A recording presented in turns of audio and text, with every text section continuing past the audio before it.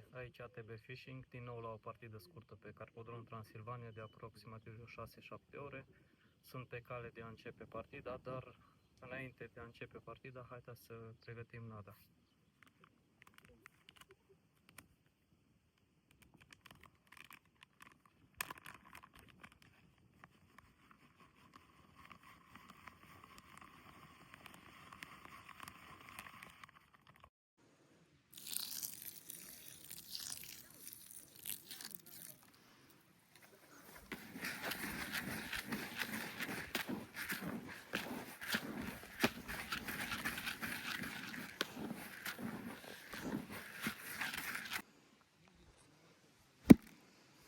Nada este perfectă.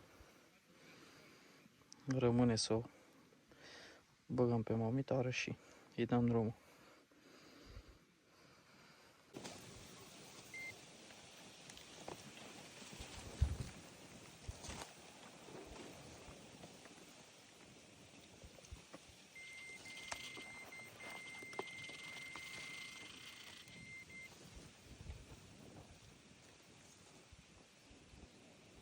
Al doilea ten nici într-o jumătate de oră. Nada de pe monitor, după cum se vede, nici n-a apucat să se desprindă.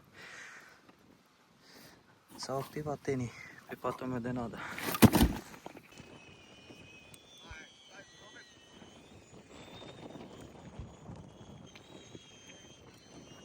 Mamă, ce drill am avut cu torpiluța asta.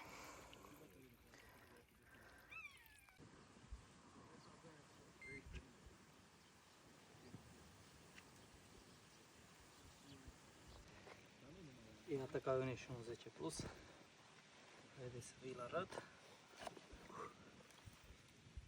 Frumusețe.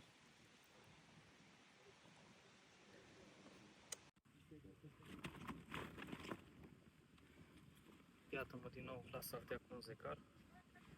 Carpodrom Transilvania, care nu dezamăgește niciodată.